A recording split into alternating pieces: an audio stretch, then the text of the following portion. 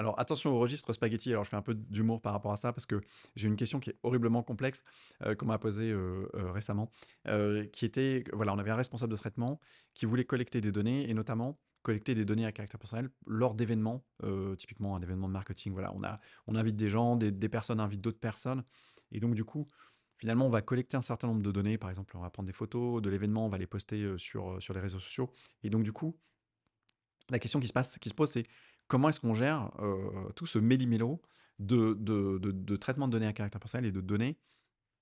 Est-ce qu'on doit demander le consentement des personnes, etc. etc. Donc, c'est des questions qui sont très, très vives, hein, très actuelles.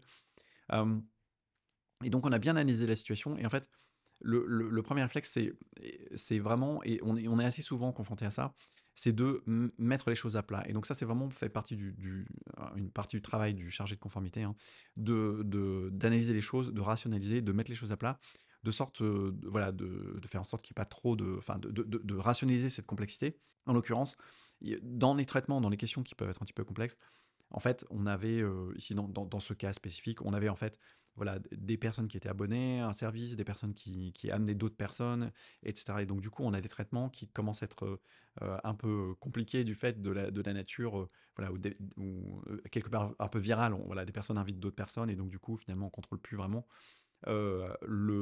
potentiellement un accord, un consentement ou un contrat qui a été donné à un moment donné ou à un autre dans la chaîne de traitement des données. Mais en fait, vu qu'il y a des invitations et des invitations d'invitations, du coup, finalement, bah, ça devient difficile de contrôler les choses.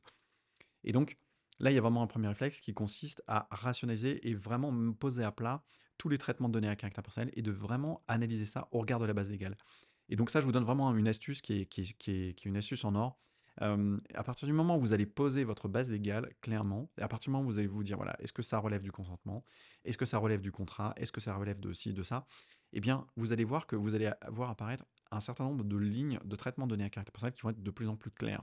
Par exemple, enfin, dans ce cas spécifique, on avait une entreprise qui était en contrat avec d'autres, avec ses adhérents, on va dire, et puis, cette entreprise, voilà, elle organisait des événements, et puis, voilà, les personnes invitaient d'autres personnes. Et donc, du coup, ici, il y a une chaîne contractuelle qui a été mise en place. Et donc, du coup, effectivement, ces personnes pouvaient participer aux événements, mais pouvaient également inviter d'autres personnes. Donc là, il y a un premier traitement à mettre à plat en disant, voilà, ici, on a une première base légale, c'est le contrat. Et donc, on va cadrer le traitement des données à caractère personnel par rapport à cette base légale. Et puis, deuxième question, on a un deuxième traitement qui va être bah, toujours le fait d'inviter, toujours la participation à des événements, mais ce traitement va reposer sur une autre base légale qui va être par exemple bah, le consentement ou l'intérêt légitime du responsable du traitement pour la rediffusion de ces données.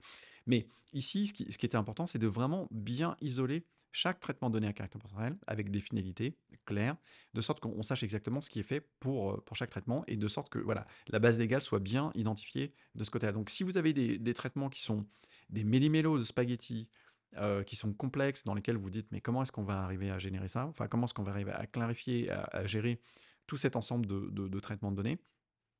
Ce que je vous conseille, c'est de vraiment commencer par mettre à plat la base légale, et vous dire, voilà, ok, donc là, on a un premier traitement, la base légale, c'est ça, et donc là, c'est cadré au travers voilà, de la collecte et du traitement des données. Donc ça, cette ligne spécifique, elle est bien cadrée.